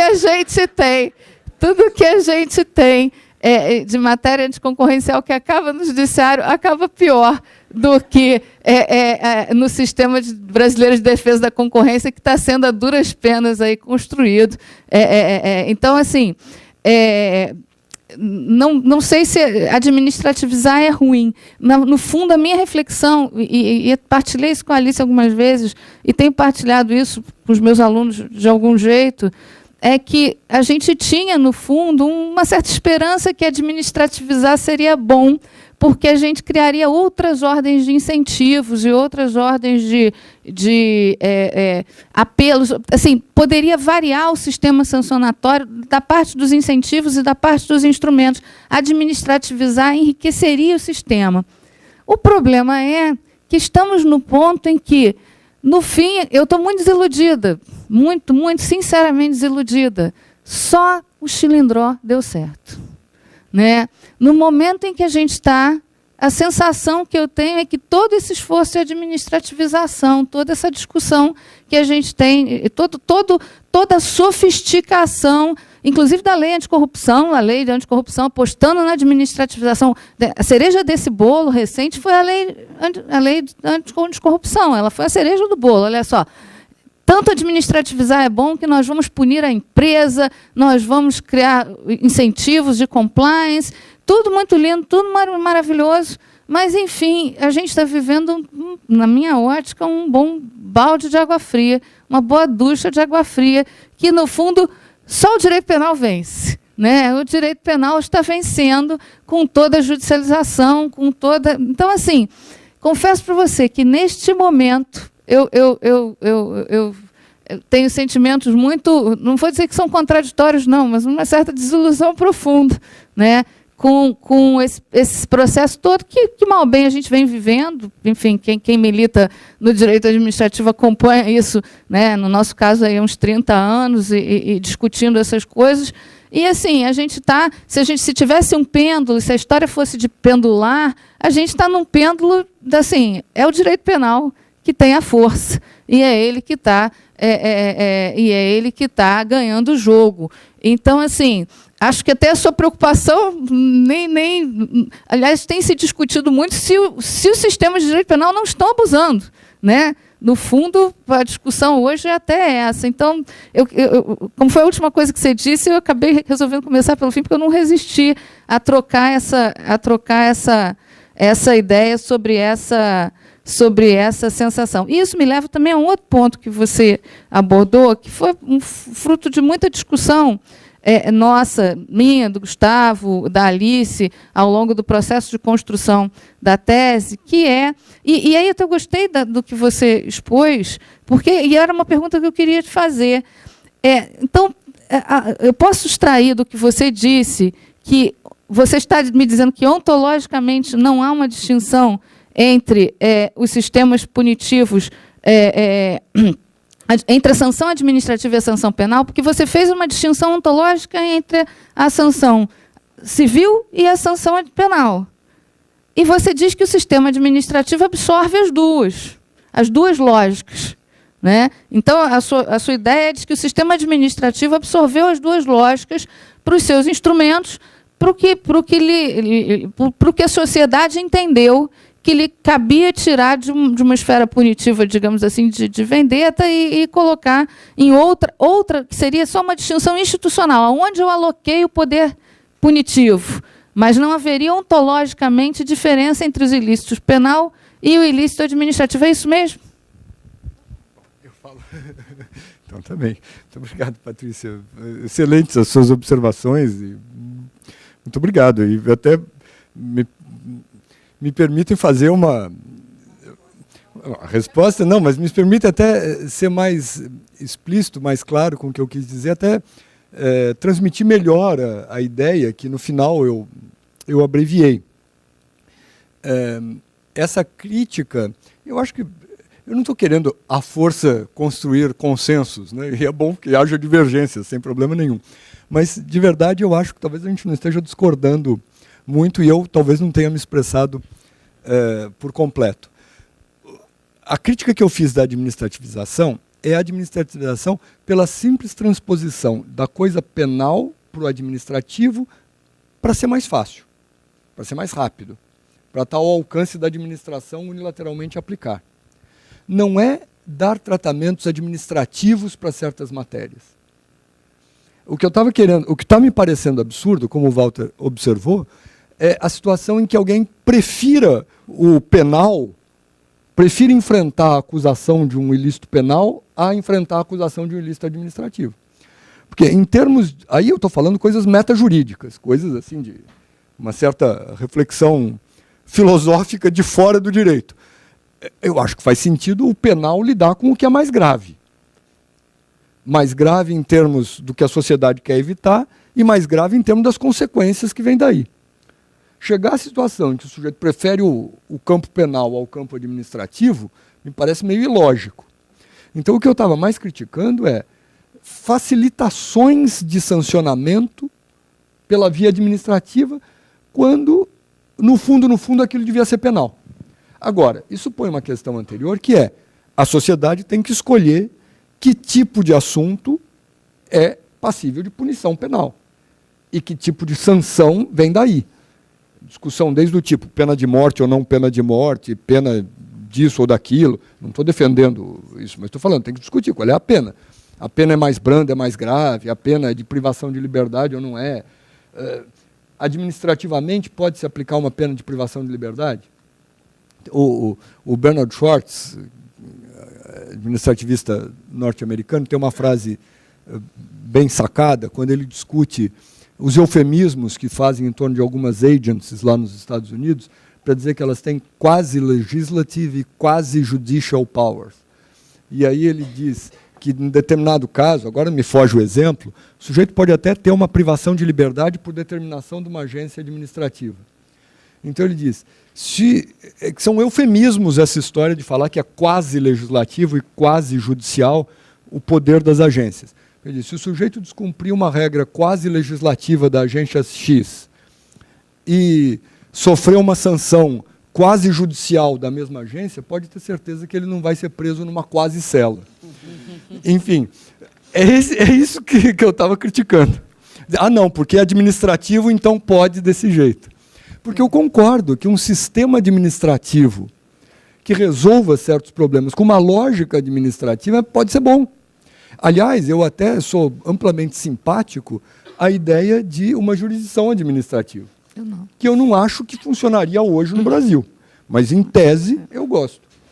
Então, eu não sou contra transferir para o poder da administração certas decisões a mais. Eu sou contra a transferência artificial do penal para o administrativo, por exemplo.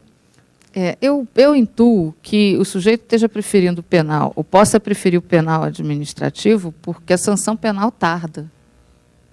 Porque no Brasil a sanção penal tarda e tarda muito, né? Então, assim, ele vai ter na mão de quem pode usar um bom arsenal de proteção jurídica, tantos recursos, tantas instâncias, Então, assim, a fuga para o direito penal a fuga para o processo penal. Ela não é. Eu não acho que o sujeito esteja. É porque ele sabe que a chance de uma punição no direito penal, para determinados ilícitos em que haja por exemplo, ilícito, não estamos falando de morte, mas estamos falando de crimes contra a ordem econômica, estamos falando de. Em determinados. A chance dele ser apenado mais rapidamente na instância administrativa é infinitamente menor. Então, assim, é infinitamente maior. Concordo. Mas, se você me permite, só para... Claro, eu lembrei de um ponto. Essa é a função do debatedor, gente. Não é só a questão penal, é a questão civil também. A lei que você mencionou, anticorrupção, tem lá punições administrativas que podem significar a, entre aspas, morte da empresa. Sim. Eu não sou, a priori, contra, mas a questão que tem que ser posta é: a sanção grave o suficiente para impedir o funcionamento de uma empresa pode ser dada por alguém que não tem função jurisdicional, sequer jurisdição administrativa? Pode ser que a gente ache que sim, mas é que até outro dia era judicial / jurisdicional. Só porque virou administrativo, ninguém discute que pode. Era essa discussão que falta. A gente pode até chegar à conclusão de que administrativamente pode se prender alguém. Militarmente isso acontece. Não estou dizendo que a priori é um absurdo, mas a gente tem que ter consciência de que a gente está transferindo para fora das garantias jurisdicionais a extinção de uma empresa, a prisão de alguém. Não estou dizendo que já existe prisão fora do militar, estou falando por hipótese. Sim. Enfim. E é civil, não é nem penal. Uma solução para isso seria reforçar as garantias do processo administrativo. Exatamente. Né? A processualidade administrativa que a gente tem construído poderia ser um bom caminho para isso.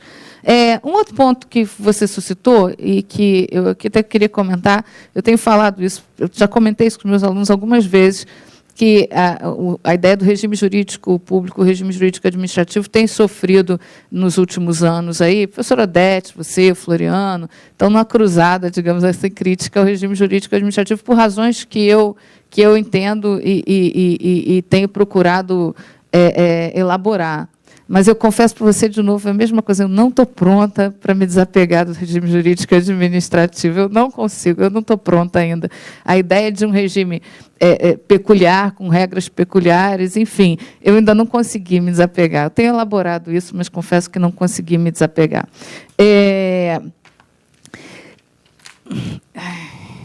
O Walter falou uma coisa que...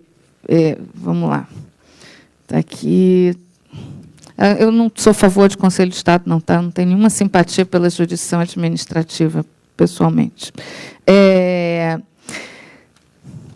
Uma questão que se discutiu hoje, da ideia de nós não temos um sistema punitivo, a gente tem uma bagunça punitiva, a gente tem uma assistematicidade gigantesca, e uma das críticas maiores, uma das coisas que o Walter falou várias vezes, o professor Carlos Ari já tinha falado antes, a falta de uma lei geral.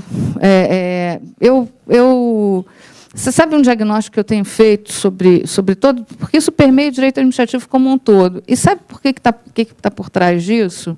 No fundo, assim, ninguém se conforma com o federalismo.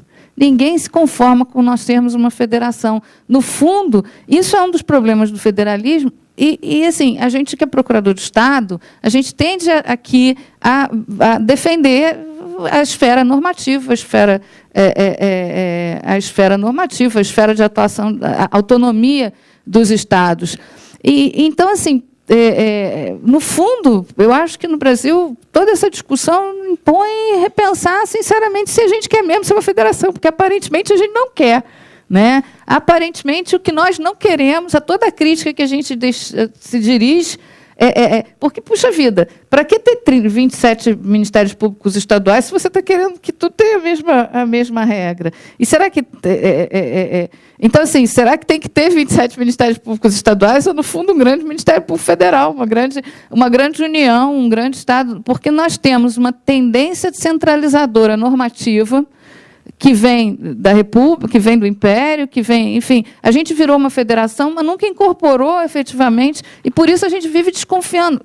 No fundo, a nossa demanda por leis gerais é porque a gente tem... Acabei de escrever um artigo que eu falo disso, nós temos uma enormíssima e justa desconfiança dos legisladores locais. Então, ninguém quer deixar esse papel para ser exercido pelo legislador local. Então, assim, no fundo, nós estamos discutindo um grande problema federativo.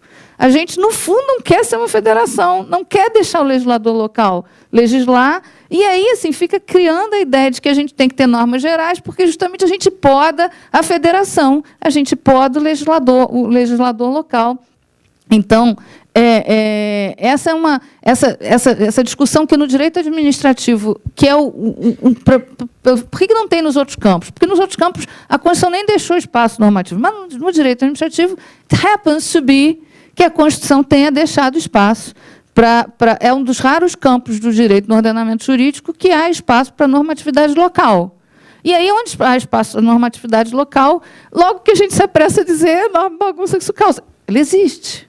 Ela existe. Mas o nosso problema, na verdade, assim, o meu diagnóstico, a minha sensação hoje, que nós estamos com um grande problema com a federação. E tudo decorre desse problema de que a gente não quer a federação existindo. Eu concordo plenamente. Assim, só para... eu não, assim, falei rapidamente sobre esse tema, mas assim, o que eu queria assim, deixar claro é que a autonomia do gente da federação, ela assim, deveria ser preservada. Obviamente que faz parte de uma federação como a nossa nos depararmos com leis estaduais, no caso do MP estaduais, mas em outras matérias até municipais, cada lei com as suas características.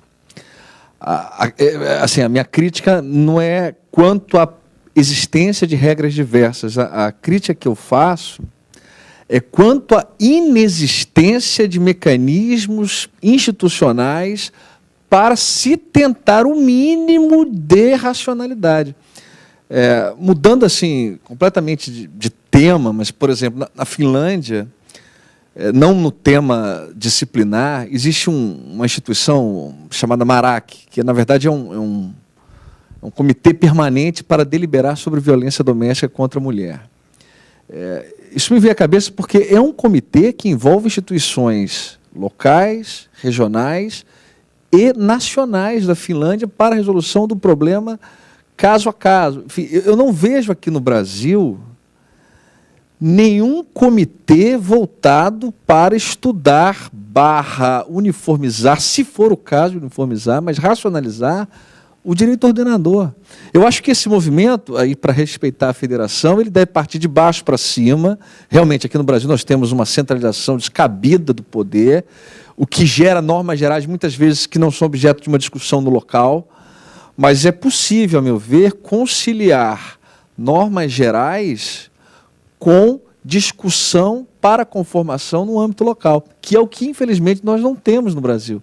Então, acaba que surgem essas normas gerais sem nenhum debate local e elas vêm a forceps destruindo tudo que é de local. Mas, assim, eu acho que é possível termos essa federação com normas gerais, sem que isso sufoque, asfixie, né, a autonomia estadual. Mas concordo contigo que, na verdade, quando se faz isso no Brasil, se faz de uma forma que, né, passa por cima dos estados e dos municípios. No fundo, eu acho que talvez a gente não queira a federação. Essa é que eu acho que é talvez a coisa mais atávica que esteja lá. A gente desconfia da federação e não quer que ela opere. E aí, enfim, né? Uma outra coisa, e acho que a última que eu vou das minhas inúmeras anotações aqui, assim, você falou, aliás, umas duas coisinhas. Você falou da improbidade como sistema sancionatório. Sinceramente, Walter, a lei de improbidade é o quê, em 92. Né? Assim, a lei de improbidade, para mim, é um absoluto fracasso. As ações civis públicas de improbidade são uma piada.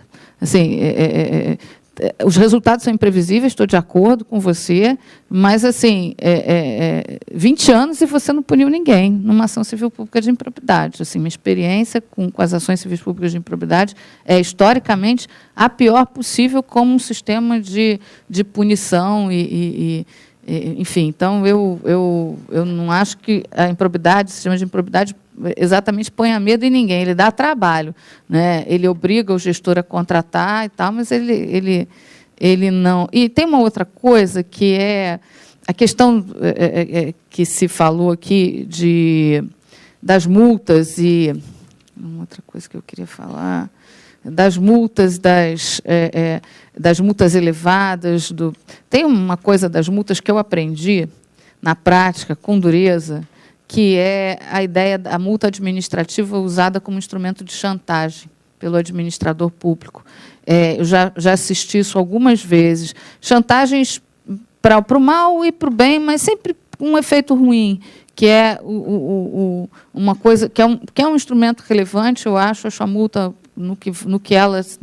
onde ela se propõe a atingir o bolso, onde ela tem possibilidade desse efeito, ela é mal instrumentalizada pela administração, de a administração usar a multa como um instrumento de chantagem. Às vezes, eleva multas assim, descomunais,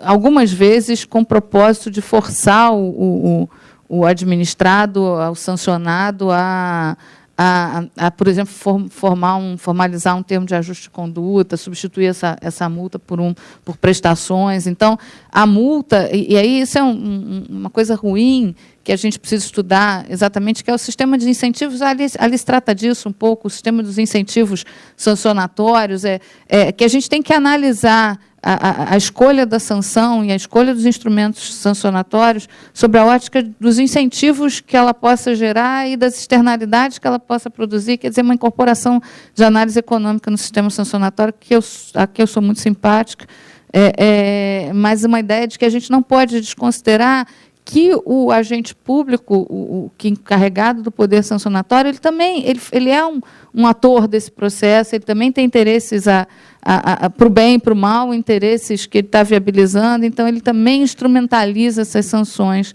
Enfim, eu teria outras coisas, a hora já vai para lá de adiantada, eu queria agradecer aí a oportunidade, assim, eu tenho enorme prazer em debater comigo mesmo, né? Enfim, muitíssimo obrigada aí pela oportunidade, um evento de altíssimo nível. Boa tarde.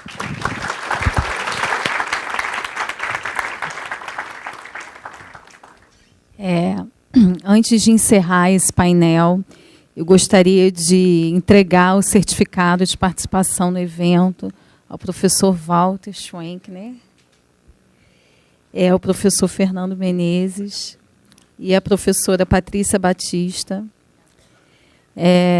Eu queria dar o meu testemunho aqui de quanto que é importante esse debate para casa, a gente que tem a função de orientar a legalidade interna da administração e também orientar o gestor sobre o que a Patrícia falou de multa, aplicação de multa. Outro dia a gente recebeu um secretário de Estado aqui se queixando que sábado de manhã ele recebeu um boleto na casa dele de cobrança no valor de 6 milhões. E outros gestores daquele mesmo órgão também tinham recebido o mesmo boleto no mesmo valor da multa. Então, como é que é super relevante a gente discutir, inclusive, nosso papel né, como advocacia pública para orientar, enfim, e também oficiar no controle de legalidade.